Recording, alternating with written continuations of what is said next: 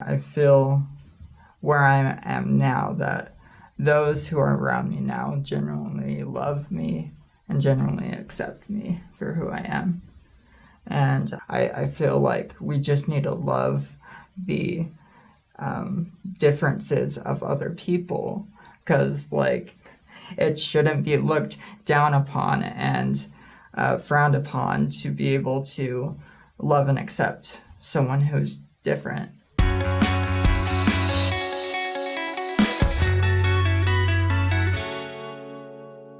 Hey everyone, welcome back to Saints Unscripted. We are here with Jake Berry today. Berry as in strawberry. Yes. Yes. Ew, bring us strawberries. No more berries. And we're excited to hear his story today. I've learned a little bit about your story, and there are a lot of different things that we could talk about. Right. And so I'm just interested to see where this goes. But so starting out, you're a member of the Church of Jesus Christ of Latter-day Saints. Yep. Were you born a member of the church? I was. Yeah. Okay. Yes. So between birth and now, you've been through a lot. Yeah. Definitely. So let's start from the very beginning and tell us a little bit about yourself and what your story is. Okay. So I was actually born with a disability called cerebral palsy that it was caused by a stroke and in the womb.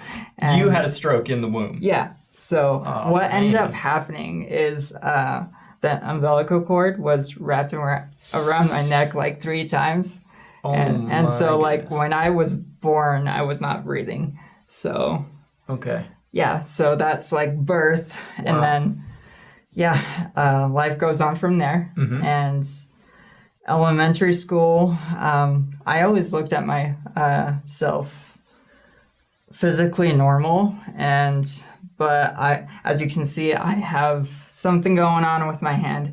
That's just a defect that came from birth. And so like later on in like probably junior high, I saw the differences between the other kids and myself, and it kind of made me feel like, okay, I can't do some things, and so I kind of need to find a way to do other things that give me joy and happiness. Because if I look at other people who were able to play sports, I'm like, did I have that desire?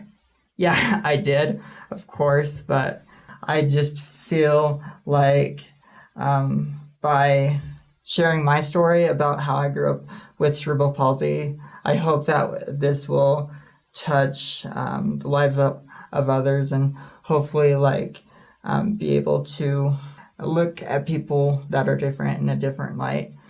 As you said, I was born a member, and I just went to school. In my later years, I was bullied a lot, and those bullies were members of the church. And so it's not like I was physically bullied or anything. It was more like exclusion and emotional separation. They treated you kind of like you were different and you didn't belong. Is that kind of... Correct. Okay. Yeah. So when I was 17, I went inactive up until I was 21, 22. And I actually relocated from Utah to Arizona. And this is where I had this spiritual rebirth. And I actually contacted the missionaries because I actually was prompted to by the Spirit, because after moving from Utah to Arizona, it's just that there was a huge change for me not to be around family, and just a new start is like a lot of change. And I felt like, okay, this is the end. And I've always dealt with depression and anxiety my whole life. And like my depression got so bad, like when I moved, that I contemplated suicide. And when I was thinking and contemplating that, on carrying that out, I had this feeling of the Spirit telling me, stop it. And so that feeling of the Spirit, in that time period, I really didn't have the Spirit with me, so I didn't know how to distinguish what was going on in my life with spirituality. And as I said, I felt the Spirit, and I automatically realized what that was. Yeah. And so how did you crawl out of that? I contacted the missionaries after this, and they actually helped me get back to reactivity. Can I ask a question? Sure. So the missionaries helped you kind of come back to the church. Yeah. Did things change for you as you came back to the church? Yeah. Things did, and I felt like I was able to let my past that took me away from the church, I was able to let that go and become this new person. And I worked so hard to get to a place where I was spiritually happy. Yeah. And once I was there, everything just fell into place. And I was able to get the priesthood. One of the missionaries actually gave it to me. And cool. I had quite a few missionaries that I worked with. And we went through the temple together. And that's when I took out my endowments. Cool. And so I later felt, after I got the Melchizedek priesthood, I had this feeling of the Spirit telling me I needed to go on a mission. And I'm like, that's crazy, because when I was in my teenage years, I was told, like, oh, Jake, you don't need to go. You're just because you're disabled, you don't need to do this. God's gonna love you just the same. And that just made me feel dismissed when I was younger. And I felt like I wasn't as good as my peers. Yeah. And like it was kind of that exclusion thing you were talking about. Yeah. It really was weird to me that came up 5-6 years later. Yeah. Like I thought that was really like, oh, are you sure you want me to do this? Because one of your representatives told me no. And so I got my mission call. I was called to New York Rochester mission, and I served just about a year. And then I came home early from my mission, and things just fell apart for me. Again? Yeah. Oh, again. Man. And what was the cause this time? Was it more exclusion, more mistreatment? Well, it was more like I didn't have the support when I came home early to be successful. I feel like I was set up to fail. And at just life in general? No, just at like the point of coming home on a mission. Like people come home with this spiritual high. Yeah. And then they go on to go to school, get married. And like I just felt like, okay, now I'm in this dark hole again. How do I get myself out of it? So like I just told myself that I need to just give myself time to heal from being rejected. And I just felt like I was a lost soul. Yeah. Just like I was 5 years prior. Mm-hmm. And fast forward a year, I'm now like, I'm not as strong as I want to be spiritually, but I am to a place where I'm actually happy. So. And how did you get there? Because once again, you found yourself in a hole. How did you climb out of, or I guess maybe you're still climbing out of it. Yeah, I'm still climbing out of it. It's a process. It's a process, yeah. So what are you doing to climb out of that hole? I'm just involving people that are good influences on me, not necessarily that are members of church, because some of the nicest people are not members of our church. Sure. And so, like, I've just been able to feel the love of others and be able to come closer to God through other people. Yeah. And you know what? I see that because you're putting yourself out there to serve others. You were on Richard Osler's podcast, Listen, Learn, and Love. Yeah. You're here right now trying to help people understand a little bit better what it's like to be someone with a disability and to be how to treat someone with a disability. It reminds me a little bit of the scripture in the Book of Mormon that talks about how God gives us weaknesses that we may learn humility. Right. And then weaknesses can be made into strengths. Right. And you have cerebral palsy, which is obviously a humongous challenge for you. But it looks to me like you're turning it into a bit of a strength here as you have grown and used that to be able to empathize with people a little bit better and are at a point now where you're trying to help people see life from your eyes a little bit. My question for you is, what advice would you have for people out there who maybe know people with cerebral palsy or any other kind of disability, and maybe they recognize that they are a little different? What can they do to include them more? How can they approach them and behave around them in a productive way? Does that make sense? Yeah, it does make sense. It's different for everybody, but I know that everyone, disability or no disability, wants to feel loved and accepted and included.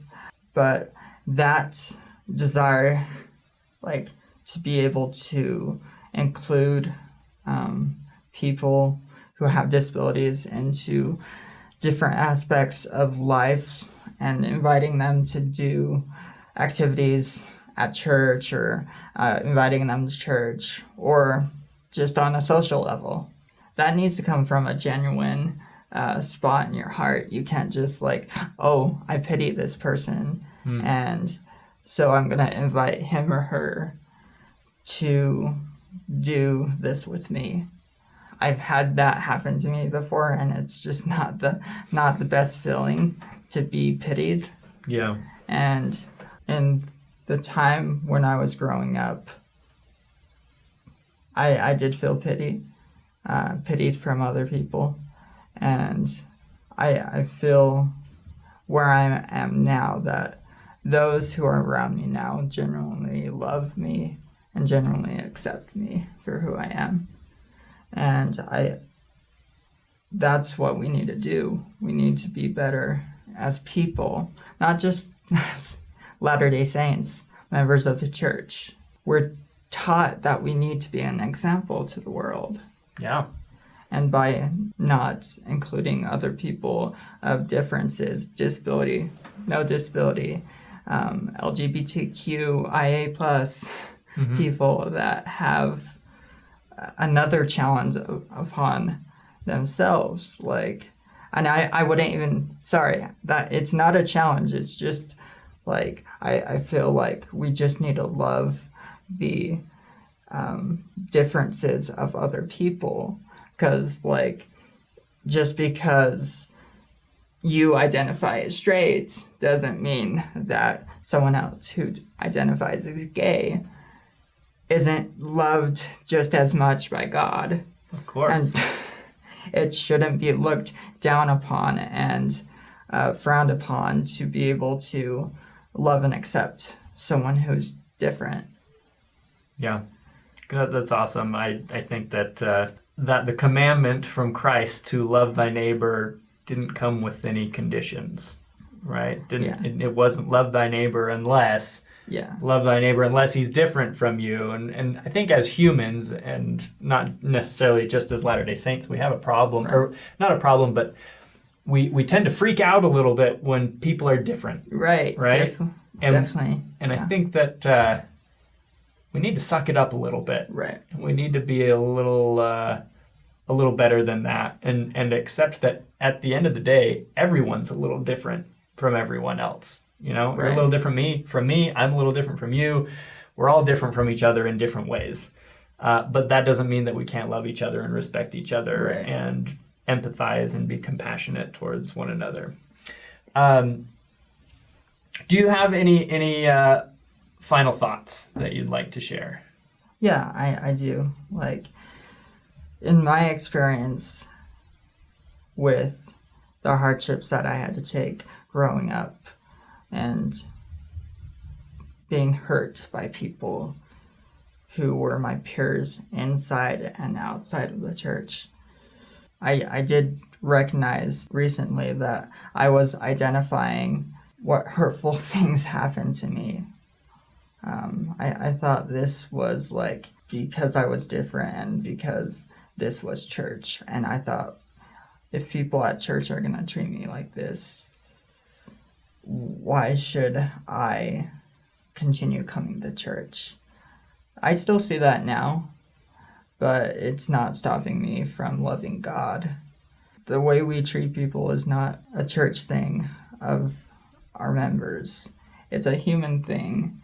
But I feel like we can all do better, and I can do better. And I feel so much love and compassion for everyone I meet. And that's taken me my whole entire life. I just hope that we all can get to a place where we can accept everyone. Yeah. Yeah, that's good. I think sometimes in the church we treat the church like it's almost like a museum where you go in and you look at, these perfectly framed, preserved artifacts, and you're like, oh, that's a nice thing and it's perfect and it's a nice principle there, or it's a nice painting of something, a nice representation. But I think sometimes we need to remember that the church should be more like a field hospital. A little bit, right. On the battlefield of life, right? Like, that's where people go who are hurt, who are injured, and who need help. And I think if we go into it with that attitude, then it's a little easier to not pass judgment on people or treat people differently because they're different or whatever. And I think it helps us maybe see a little bit more how you're starting to see that even though each of us are injured spiritually or in whatever way, we can also be physicians, and we can go and we can help other people in their process of healing. And it's really cool to see you kind of getting to that point where you are going out to help other people with their process, even in the midst of your own process of healing, which is really cool. Part of who you are the things you've experienced. Yeah. I don't know if that's grammatically correct, but hopefully you understand. Yeah. And so the experience of being bullied when you were a younger guy, it was really impactful for you and influences you to this day. Definitely. How do you wish they had treated you? Honestly, looking back, I wouldn't have wanted things any differently, just because it wouldn't have made me who I am today. Mm-hmm. I feel like we're destined to go through something, even though like it might hurt us, but it's also just like a learning lesson. So it's kind of like those trials of life can either be the wind that sinks your ship or the wind in your sails that helps you get to the destination that you're headed towards. And it sounds like you're still on the way towards that destination. Definitely. That's really cool. Jake, thank you so much for being with us. If people have questions for you, let's see, can they leave questions in the comments section? Yeah, you can also tag me as well. So cool. Yeah. Do you have social media where people can follow you or anything like that? Of course. Instagram is at a.jakeberry. Right on. You can also find me on Facebook, Jake Berry. All right, Jake, thank you so much for that. And we'll put links to your social media in the YouTube description of this video. If you guys have questions for Jake, leave them in the comments. And thanks for spending time with us today, Jake. Thanks, Justin. I'm David. Oh, Oh, no, you're okay. I heard Justin earlier. Justin's the cooler one. Oh, wow. We're keeping that. We're keeping that in this episode. No, you're not. No, it's okay. It's okay. I'm happy to be confused with Justin. It's pretty cool.